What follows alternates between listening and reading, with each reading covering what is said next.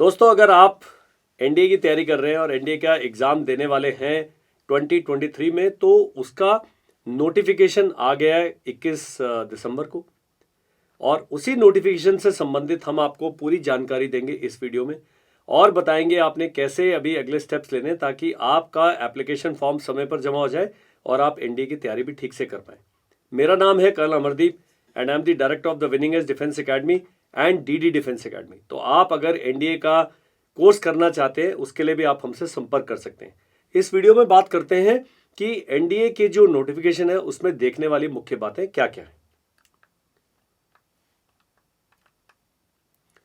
सबसे पहले 21 दिसंबर को ये नोटिफिकेशन आ चुका है, लाइव हो चुका है, ऑनलाइन हो चुका है। और जो फॉर्म जो भरने की डेट है 21 दिसंबर से 10 जनवरी 2023 तक है। 21 दिसंबर 2022 से लेकर 10 जनवरी 2023 तक। अगर आप यूपीएससी का जो नोटिफिकेशन है उसमें दी हुई इंस्ट्रक्शंस को पढ़ेंगे तो आप जल्दी से जल्दी इस फॉर्म को भर दें। उसका कारण ये है कि कई सेंटर्स हैं जहां पर लिमिटेड सीट्स हैं। अगर वो सीट पूरी फिल हो जाती है तो आपको आपका जो नंबर 2 और नंबर 3 आपने सेंटर चूज किया वहां जाना पड़ेगा। आपको शायद अपना मनचाहा सेंटर नहीं मिलेगा। That is one. Second is जितना जल्दी आप फॉर्म भरते हैं उतना जल्दी सारी एंग्जाइटी आपकी खत्म हो जाएगी, उतना ज्यादा आप समय लगा पाएंगे तैयारी के लिए। एनडीए 1 की जो डेट है 16 अप्रैल 2023 को है। तो अगर अभी से लेकर 16 अप्रैल तक का समय देखा जाए तो तकरीबन 3.5 महीने का टाइम आपके पास है तैयारी करने का। मैं चाहूँगा कि इस समय फोकस रहे। जो 12वीं में पढ़ रहे बच्चे हैं उन्हें बोर्ड का एग्जाम भी देना है और जो 12वीं कर चुके हैं उनके लिए तो टाइम बहुत ही क्रूशियल है। तो आपने डेट जो है इसका ध्यान रखना है और इसका रिजल्ट जो है मई 2023 में आ जाएगा।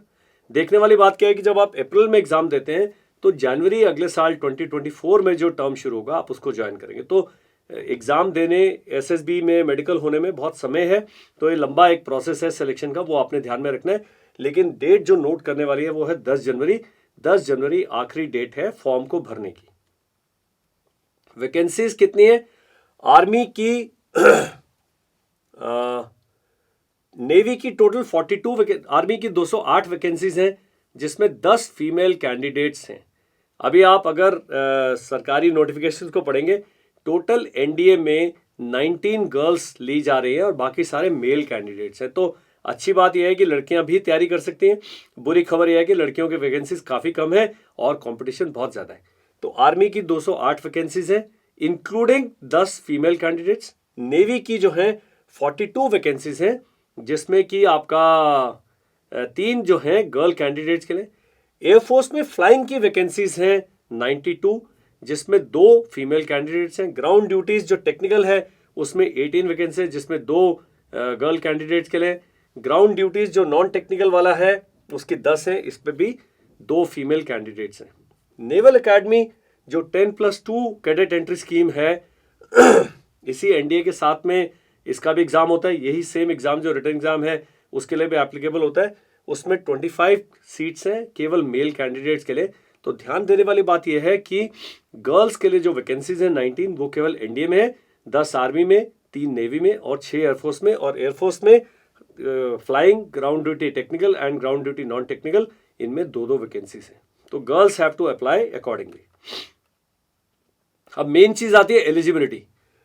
जब आप एसएसबी के लिए जाते हैं तब आपने 12th एग्जाम पास कर लिया होना चाहिए। आपको 12th का सर्टिफिकेट जमा करना होता है, वहां पर दिखाना होता है, वेरीफाई करना होता है।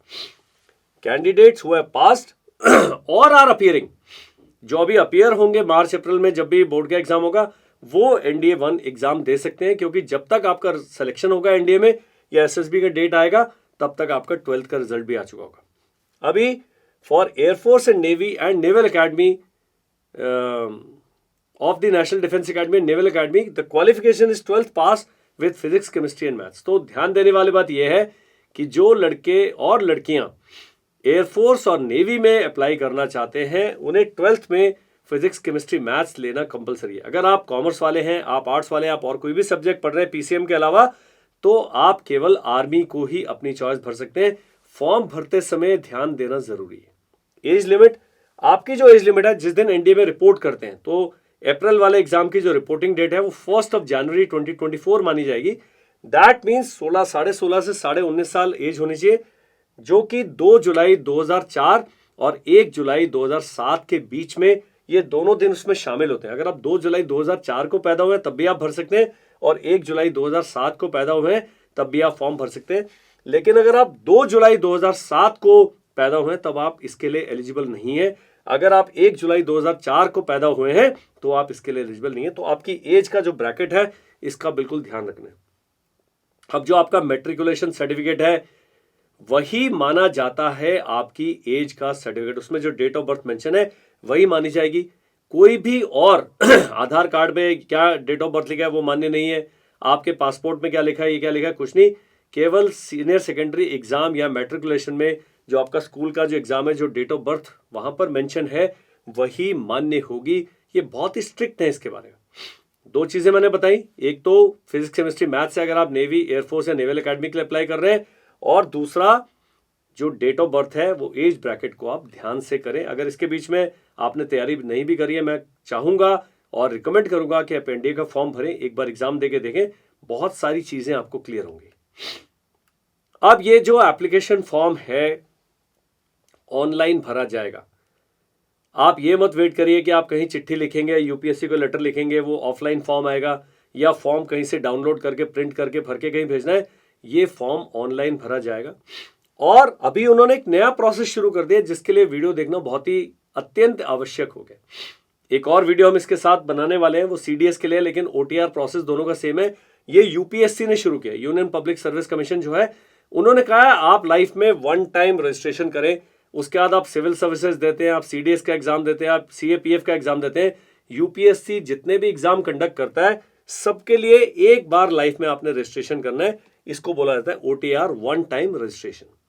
दूसरी चीज, कई एग्जाम है जैसे सैनिक स्कूल या मिलिट्री स्कूल वाले, उसमें फीस केवल ऑनलाइन पे होती है, लेकिन यहां पर ऑनलाइन और ऑफलाइन दोनों ही फी पे करने का प्रावधान है। आप ऑफलाइन भी फी पे कर सकते हैं। उसका जो पूरा प्रोसेस है, आप ये वीडियो देखिए। वीडियो देखते ही सबसे पहले आप यूपीएससी की वेबसाइट पर जाएं, और ये कम से कम 80-90 पेज की इंस्ट्रक्शन है, इसमें काम के 20-30 पन्ने ही है, उनको आप डाउनलोड कर लिए। मेडिकल वाला है 70-80 पेज का, वो अभी नहीं भी करेंगे तो भी चलेगा।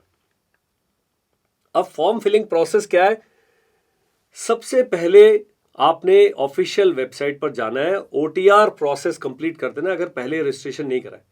ओटीआर आप कभी भी कर सकते हैं, आज कर सकते हैं, फॉर्म डेट निकलने के बाद भी कर सकते हैं, क्योंकि आगे आने वाले भी आप एग्जाम देते रहेंगे। 16.5 से 19.5 साल मतलब 6-7 एग्जाम तो आप एनडीए के दे सकते हैं। तो ओटीआर कितनी बार होगा? केवल एक ही बार। जो पहले ही रजिस्टर कर चुके हैं वो सीधा फॉर्म भर सकते हैं। सबसे पहले आपने फॉर्म 1 करना है एनडीए 2023 का, वहां पूरा मेन्यू दिया हुआ है। आपने रजिस्टर करना है एग्जाम, आपने अपनी ब्रांच चूज करनी है, क्या भरना है, army, navy, air force, naval academy, क्या है आपका choice. Verify the details and submit the application form. तो एप्लीकेशन फॉर्म ऑनलाइन भरने में कई बारी डेट ऑफ बर्थ गलत हो जाता है, कई बारी आधार नंबर गलत हो जाता है, कई बार काफ़ी चीज़ें हम गलतियां कर देते हैं। तो मैं चाहूँगा कि फॉर्म भरने से पहले जितना भी डेटा है सब टाइप करके बड़े बड़े अक्षरों में अपने पास लिख लें। 1 बार, 2 बार, 3 बार इसको पढ़ें बिफोर आप जमा करने से पहले। सबसे पहले जब आप एक फॉर्म का पार्ट 1 भरते हैं तो आपका रजिस्ट्रेशन आईडी और पासवर्ड जनरेट हो जाते हैं। उसके बाद पार्ट 2 जो है एनडीए एप्लीकेशन का फॉर्म, वो वहाँ सारा पूरा भरिए, एप्लीकेशन फीस दीजिए, एग्जाम सेंटर सेलेक्ट करिए, और जो स्कैन्ड इमेजेस ऑफ फोटोग्राफ है, बताएंगे क्या क्या चीज़ें आपने जमा करनी है, वो आपने स्कैन करके उसी साइज़ का 30 और 200 केबी के, 20 या 300 केबी के बीच की जो फोटोग्राफ्स हैं, ये सारी आपने रेडी रखनी है, ताकि आपको फॉर्म भरते समय कोई प्रॉब्लम नहीं होना चाहिए। upsc.gov.in एक साइट है जो ऑथराइज साइट है, वहां से आपको upsconline.nic.in, तो जो वेबसाइट जो फॉर्म भरने के लिए है वो अपने इस वेबसाइट का इस्तेमाल करना है। अदरवाइज आप क्या कर सकते हैं, आप upsc.gov.in पर जाएंगे, वहां से आपको रीडायरेक्ट कर देंगे एनडीए का जैसे करेंगे, या सीधा आप इस पर लॉग इन करें। 1 time registration platform UPSC OTR has to be registered only once in a life time, ये भी ध्यान रखना है। इसमें भी बड़ा सारे कॉम्प्लिकेशंस हैं कि ओटीआर अगर आपने एक बार ही भर दिया, 7 दिन का समय मिलेगा आपको इसको करेक्ट करने का, और उस 7 दिन के बाद अगर आपने कोई गलती रह गई तो फिर पूरी लाइफ आप उसको करेक्ट नहीं कर सकते हैं, और ये लाइफ में केवल एक ही बार आप भर सकते हैं। तो you have to be very very careful जब आप ये OTR फॉर्म भरते हैं। ये दिखा हुआ है, it shall be allowed only once in the life time after registration at the OTR platform. जो मॉडिफिकेशन है कब तक मॉडिफाई कर सकते हैं? 14 days from the next day. 10 जनवरी को खत्म है NDA का जो आपने एप्लीकेशन फॉर्म भरना है। OTR प्रोफाइल अभी से लेकर 10 जनवरी के बीच में आप करेक्ट नहीं कर सकते। उसके बाद 14 दिन का आपको समय मिलेगा, 11 जनवरी से लेकर 24 जनवरी तक। इसके बीच में आप अपना ये जो OTR प्रोफाइल है ये चेंज कर सकते हैं। इसमें जो भी डेटा आपने भरा है इसको आप चेंज कर सकते हैं केवल एक बारी। इसलिए बहुत ही ध्यान से आपने OTR की अपनी प्रोफाइल करनी है। हमारा जो अगला वीडियो बनेगा जिसके साथ ही हम पोस्ट करेंगे उसको भी, उसमें बताया है हमने कि OTR कैसे रजिस्ट्रेशन करेंगे। यहाँ पर आप कंफ्यूज हो जाएंगे, इस करके हम इस वीडियो में उसको इंक्लूड नहीं कर रहे। अब इससे पहले होता था कि आपने NDA का फॉर्म जमा कर दिया, उसके बाद करेक्शन नहीं कर पाते थे। इस बार यूनियन पब्लिक सर्विस कमीशन ने कहा है कि एक आपको करेक्शन विंडो दी जाए 7 दिन का। तो इसमें केवल चॉइस ऑफ सेंटर, मान लीजिए आपने देहरादून सेंटर भर दिया है, वो आप चेंज नहीं कर सकते। बाकी कितना भी डेटा आपने भरा है फॉर्म हिस्सा 1 या हिस्सा 2 में, वो आप चेंज कर पाएंगे। और ये विंडो खुलेगा 18 जनवरी से लेकर 24 जनवरी 2023 तक। तो ये आपने ध्यान रखना है। OTR आप करेक्ट कर सकते हैं 14 दिन तक, लेकिन ये एक हफ्ते में आप 18 से लेकर 24 तक करेक्ट कर सकते हैं। ध्यान देने वाली बात क्या है, जब आप फॉर्म करेक्शन वाली विंडो पे जाता है फॉर्म करेक्ट कर सकते हैं, OTR की करेक्शन विंडो पे जाते हैं तब OTR करेक्ट कर पाएंगे। फॉर्म के करेक्शन विंडो में आप OTR की डिटेल चेंज नहीं कर सकते। ये चीजें थोड़ा समझना पड़ेगा आपको। अगर आपके पास कोई ई सेवा केंद्र है, वहां पर जो महाशय या महिला बैठी होती है, आप उनसे भी जानकारी ले सकते हैं। वो लोग बिल्कुल धुरंधर हैं, ट्रेंड हैं और वो गलतियां कम करते हैं। तो मैं चाहूंगा अगर आपकी कंप्यूटर की नॉलेज, आप किसी रूरल एरिया से आते हैं, नॉलेज थोड़ी ज़्यादा नहीं है, आप शहर में जाके वहाँ जा रहे हैं फॉर्म भरने, तो किसी पढ़े लिखे व्यक्ति को जिसको कि कंप्यूटर की जानकारी है उससे आप अपना फॉर्म भरवाएं। They will do lot of good to you. लेकिन फॉर्म में जो डिटेल्स है उसका वेरिफिकेशन, उसकी करेक्टनेस की जिम्मेदारी आपकी रहेगी। अब ये सेंटर्स हैं पूरे देश में बहुत सारे सेंटर्स हैं। आप कहेंगे सेंटर्स कहाँ से पता लगेंगे, तो नोटिफिकेशन में सेंटर पहले पढ़ लें पूरे। अगरतला है, जैसे गाजियाबाद है, पणजी है, आगरा, गोरखपुर, पटना, अजमेर, गुड़गांव, हर स्टेट में। नॉर्थ ईस्ट की स्टेट देखें वहाँ पर कम सेंटर्स हैं, लेकिन यूपी में देखेंगे तो 5-6 सेंटर्स आपको यूपी में मिल जाएंगे। तो जो आपके घर से नज़दीक पड़ता है वो सेंटर भर दें।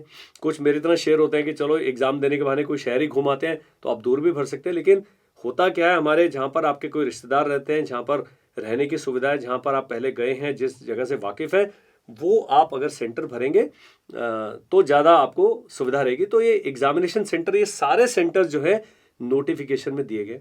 तो पहले आप नोटिफिकेशन देखें, प्रिंट आउट निकालने की आवश्यकता नहीं, ऑनलाइन आप मोबाइल फ़ोन पे चेक कर सकते हैं, आप अपने लैपटॉप पे या कंप्यूटर पे चेक कर सकते हैं। सेंटर के चुनाव में बहुत ही सावधानी बरतनी है, क्योंकि जब आप करेक्शन विंडो पे जाते हैं आप सेंटर करेक्ट नहीं कर सकते। तो इतने सारे सेंटर्स हैं पूरे देश के अंदर, जिनमें जो आपका नज़दीक वाला है वो आप चुन सकते हैं। केवल जो नॉर्थ ईस्टर्न स्टेट्स हैं वहाँ पर हर स्टेट में तकरीबन एक ही सेंटर है। तो कितना सेंटर आपके घर से दूर है उसी हिसाब से 16 अप्रैल को एग्ज़ाम है, तो आपको 13 या 14 को घर से निकलना पड़ेगा, ताकि आप एग्ज़ाम से एक दिन पहले अपने सेंटर के लोकेशन पे पहुंच जाए। NDA की जो फॉर्म की एप्लीकेशन फ़ी है, जनरल और OBC के लिए केवल 100 रुपये है। SC, ST और sons of JCOs, NCOs, other ranks के लिए कोई फ़ी नहीं है। तो बहुत अच्छी सुविधा सरकार ने दी और फ़ी बहुत ही कम है। 100 रुपीज़ कुछ भी नहीं होता। 100 रुपीज़ का तो आप एक दिन में डाटा डालते हो, ख़त्म हो जाता है। तो आपने फ़ी भी, और फ़ी पे करने के लिए आपने नेट बैंकिंग से करेंगे तो ज़्यादा बढ़िया रहेगा। मैंने इसका पूरी नोटिफिकेशन पढ़ा। ऑफलाइन जमा करने में आप SBI या किसी बैंक की ब्रांच पे जाएंगे, वहाँ से कागज़ लेंगे, वो बैंक उनसे करेगा, तो बहुत कॉम्प्लिकेटेड प्रोसेस है। अगर आप मेरी सलाह मानते हैं, अगर आप हमारे पर भरोसा करते हैं, तो मैं चाहूँगा गूगल पे और ये सब चीज़ें किसी बंदे के साथ आपने बैठना है जो आपको ये पैसे जमा कर देगा।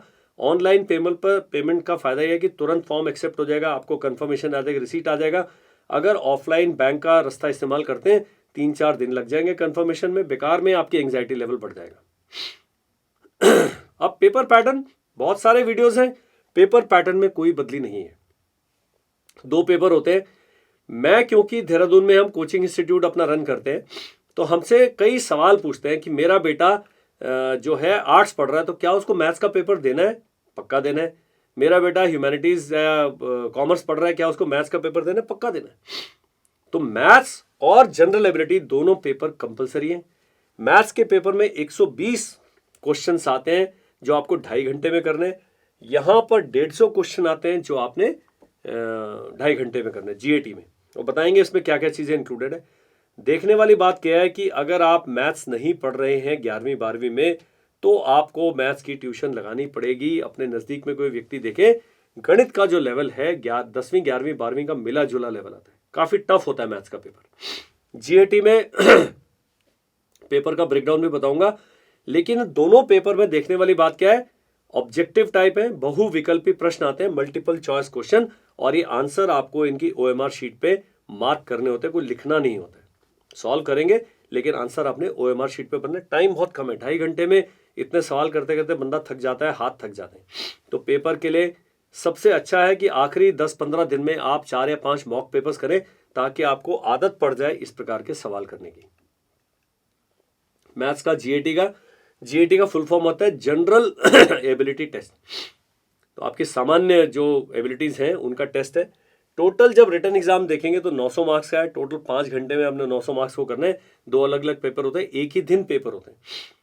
हम जब एनडीए का एग्जाम देने गए थे पहले, तो हमारे पेपर 2 दिन में होते थे। आजकल क्या है, सुबह और शाम के एक सेशन में एक पेपर खत्म हो जाता है। तो आपने ध्यान देना है और दोनों को ही पास करना जरूरी है।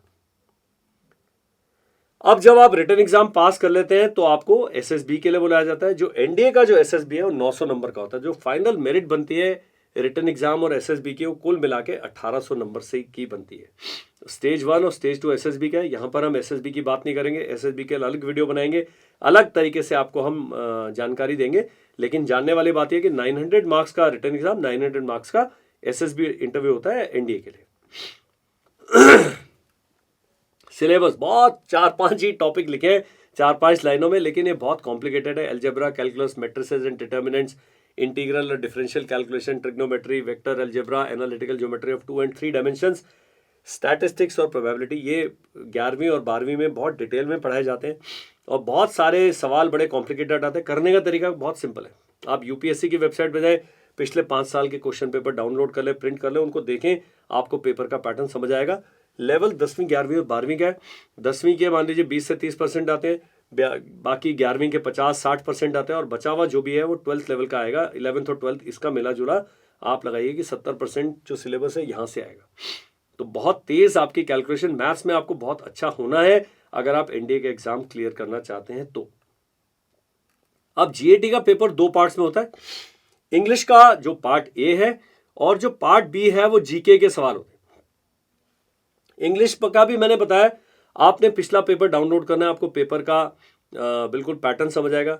Usage, grammar, vocabulary, comprehension, cohesion, बहुत सारे तरीके हैं जिसमें इंग्लिश के क्वेश्चंस बने होते हैं। 5 साल के पेपर देखेंगे आपको पूरा उसका फ्लो समझ आ जाएगा।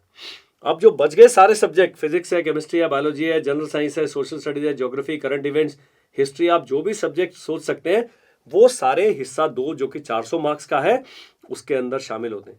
इसमें स्कोरिंग का सबसे अच्छा है इंग्लिश, क्योंकि 200 मार्क्स का है। इंग्लिश में आप 200 में से 200 भी ला सकते हैं अगर आपने तैयारी ठीक करी है। अगर आप इंग्लिश में ज़्यादा कॉन्फिडेंट नहीं है तो बाकी आपको 400 में जो सब्जेक्ट्स हैं, 400 मार्क्स हैं, बहुत ज़्यादा उसके अंदर मेहनत करनी पड़ेगी। इंग्लिश वाला जो हिस्सा है वो इंग्लिश में ही आएगा, लेकिन मैथमेटिक्स और जो जीएटी का 400 नंबर का जो पेपर है ये बाइलिंगुअल आता है, इंग्लिश और हिंदी में आता है, और किसी भाषा में नहीं आता है, ये भी ध्यान रखना। तो अगर आपने हिंदी में मैथ्स पढ़ी है तो आप कर सकते हैं, आपने हिंदी में फिजिक्स, केमिस्ट्री, ज्योग्राफी पढ़ी है तो आप कर सकते हैं, लेकिन इंग्लिश का पेपर केवल इंग्लिश और कोई संभव भी नहीं है। अब कई लोग हैं फॉर्म भरते ही सोचते हैं एडमिट कार्ड आ जाएगा, आपका फॉर्म जाएगा, वेरीफाई होगा, बहुत सारे डिटेल चेक होंगी, उसमें गलतियां निकलेंगी। तो जो फॉर्म सही भरे गए हैं उनको ही एडमिट कार्ड दिया जाएगा, जिन्होंने फीस पे कर दी। यानी कि आपने फॉर्म भर दिया, फी पे नहीं किया और आप एडमिट कार्ड की वेट कर रहे हैं, तो आपने डाउनलोड करना है एडमिट कार्ड। हमने जब एनडीए का एग्जाम दिया था ऑनलाइन, तब इंटरनेट नहीं होता था, हमें फॉर्म भेजना पड़ता था, लिख के यूपीएससी में जमा करा, वहां से प्रिंटेड एक एडमिट कार्ड आता था। आजकल सब कुछ इंटरनेट ने आपको सुविधा दी है। आप जाएंगे, अपना रजिस्ट्रेशन नंबर, पासवर्ड डालेंगे और आप अपना इंटरनेट से यूपीएससी की वेबसाइट से डाउनलोड कर पाएंगे। लेकिन ये 3 हफ्ते पहले आएगा। मतलब अगर 16 अप्रैल को एग्जाम है तो मार्च के आखिरी हफ्ते में आपको ये एडमिट कार्ड मिलेगा। अब ये एडमिट कार्ड 2 तरीके के हैं। सबसे पहला तो रिटन एग्जाम के लिए, जब आप रिटन एग्जाम क्लियर कर लेते हैं तो आपने आर्मी की वेबसाइट पर जाके एसएसबी इंटरव्यू के लिए एडमिट कार्ड जनरेट करना है, वो अलग प्रोसेस है। वो जब रिटन एग्जाम आप देने वाले होंगे तब हम एक और वीडियो बनाएंगे और बताएंगे किस प्रकार से वो करना है। लेकिन अभी के लिए जो रिटन एग्जाम का एडमिट कार्ड है, 3 हफ्ते पहले मतलब मार्च 15 के बाद ही आपके टेंटिकल्स अप होने चाहिए कि भाई मेरा एडमिट कार्ड अभी आने वाला है। नोटिफिकेशन आएगी, आपको ईमेल पे आएगा, आपको एसएमएस आएगा कि एडमिट कार्ड आ गया है। और हमारे जैसी वेबसाइट है, हमारा यूट्यूब चैनल है, हम भी जानकारी देते रहेंगे। तो आपने एक आधा कोई सब्सक्राइब करके रखना है ताकि आपको समय पर जानकारी मिल जाए। रिजल्ट सबसे पहला रिटन एग्जाम का रिजल्ट आता है, उसके बाद रिटन एग्जाम और एसएसबी का दोनों का मिला जुला जो रिजल्ट है वो आएगा। ये रिजल्ट पीडीएफ फॉर्म में आता है और इसमें केवल रोल नंबर दिए होते हैं जो क्वालिफाइड कैंडिडेट्स होते हैं। अब जब एसएसबी का जब इंटरव्यू का हो जाता है तो final result is prepared on the basis of written exam and SSB interview. तो 2 तरीके के रिजल्ट आते हैं, पहला रिटन एग्जाम के बाद, दूसरा एसएसबी के होने के बाद फाइनल सिलेक्शन के लिए आता है। इसमें आपका रोल नंबर आएगा, आपको अपना रोल नंबर याद रखना है। अब काम की बात करते हैं। हमारा जो देहरादून में बैच है, हमारा एनडीए सीडीएस दोनों का बैच चल रहा है। एक रिवीजन खत्म हो चुका है, लेकिन अभी तक अगर आप जागे नहीं है, अभी तक आप सो रहे हैं, आपके पास समय। और ये बैच उन लोगों को अपील करेगा जो लोग 12th कर चुके हैं। जो लोग 12th कर रहे हैं वो तो स्कूल जाते हैं, उनके लिए थोड़ा सा प्रोसेस टफ है। हम क्यों आए? क्योंकि 9 से लेकर 2 बजे तक, सुबह से लेकर दिन तक हमारी क्लास होती है। 2 जनवरी से नया बैच शुरू हो जाएगा मंडे से, और 12 अप्रैल तक चलेगा। देहरादून में ही क्लासेस होंगी, ऑफलाइन क्लासेस। एक कंप्लीट रिवीजन हम पूरे सिलेबस का करा देंगे, एक्स्ट्रा क्लासेस कराते हैं। और इसके साथ साथ आपको मेरे द्वारा मिलती है personality development, communication and SSB की ओरिएंटेशन क्लासेस। हमारे पास एसएसबी के क्वालिफाइड एसएसएस की टीम है, वो आपको देंगे एसएसबी गाइडेंस भी इस पूरे ड्यूरेशन के अंदर।